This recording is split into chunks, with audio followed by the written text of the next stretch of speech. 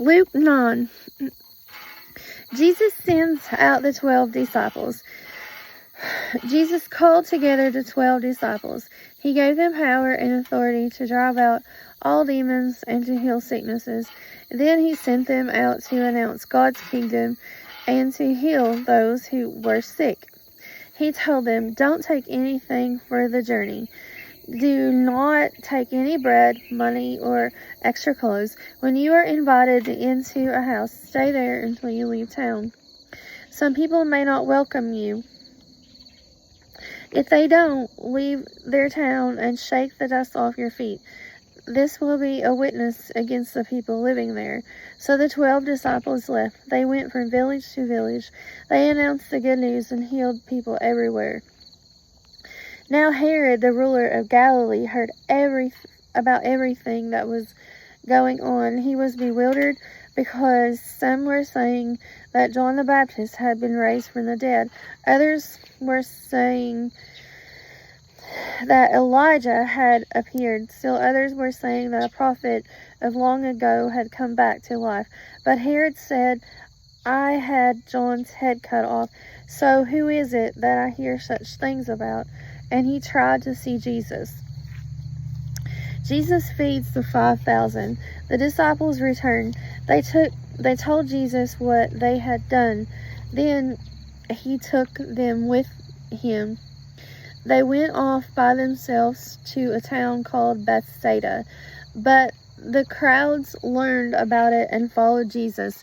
He welcomed them and spoke to them about God's kingdom. He also healed those who needed to be healed.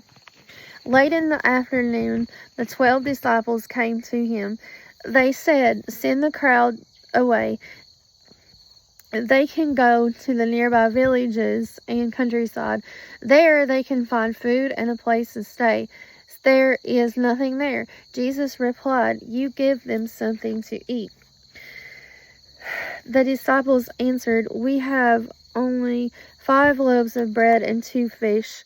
We would have to go and buy food for all this crowd." About 5,000 men were there. But Jesus said to his disciples, "Have them sit down in groups of about 50 each." The disciples did so, and everyone sat down. Jesus took the 5 loaves and the 2 fish. He broke them into pieces. Then he gave them to the disciples to give to the people. All of them ate and were satisfied. The disciples picked up 12 baskets of leftover pieces. Peter says that Jesus is the Messiah. One day, Jesus was praying alone. Only his disciples were with him. He asked them, "Who do the crowds say I am?" They replied, "Some say John the Baptist, others say Elijah, still others say that one of the prophets of long ago has come back to life." "But what about you?" he asked. "Who do you say I am?" Peter answered, God's Messiah." Jesus speaks about his coming death.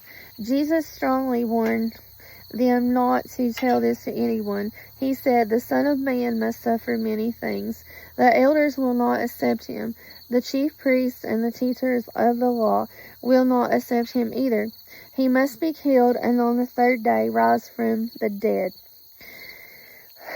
Then he said to all of them, "Whoever wants to follow me must say no to themselves.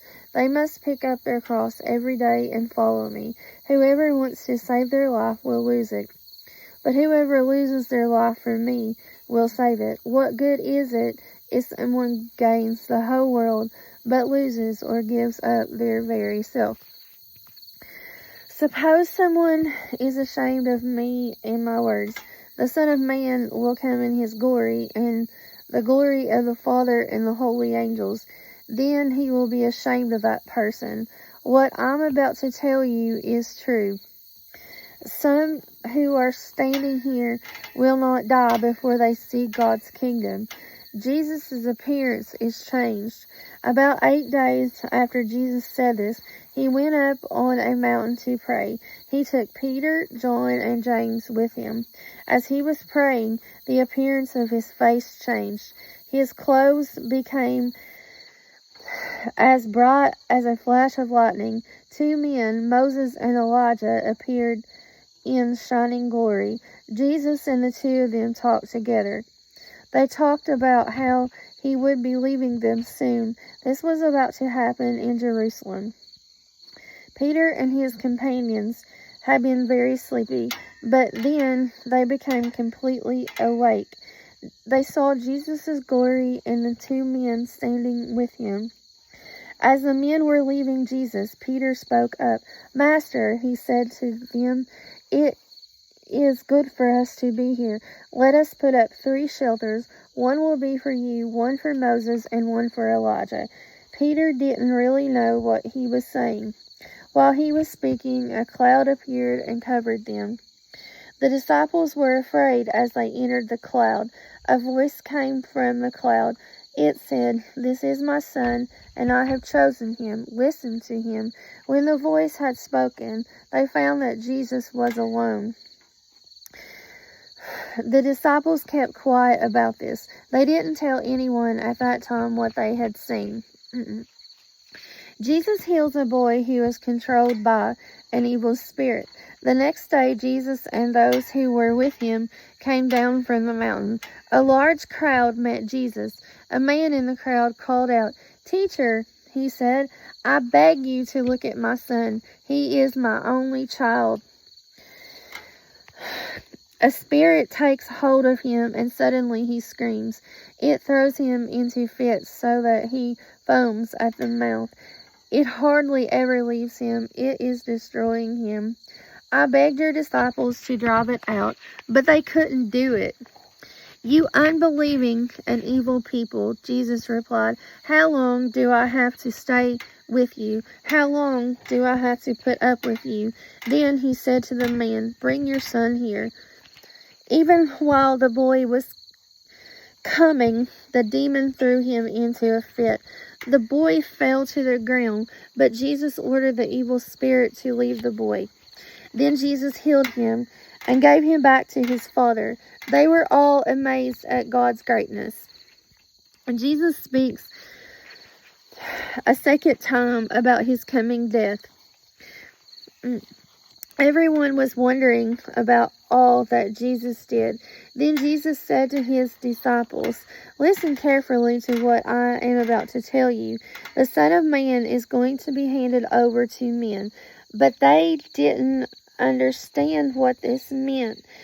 That was because it was hidden from them, and they were afraid to ask Jesus about it. Who is the most important person?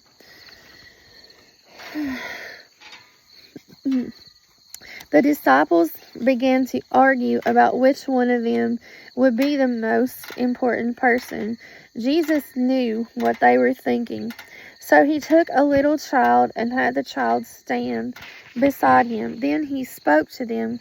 "Anyone who welcomes this little child in my name welcomes me," he said.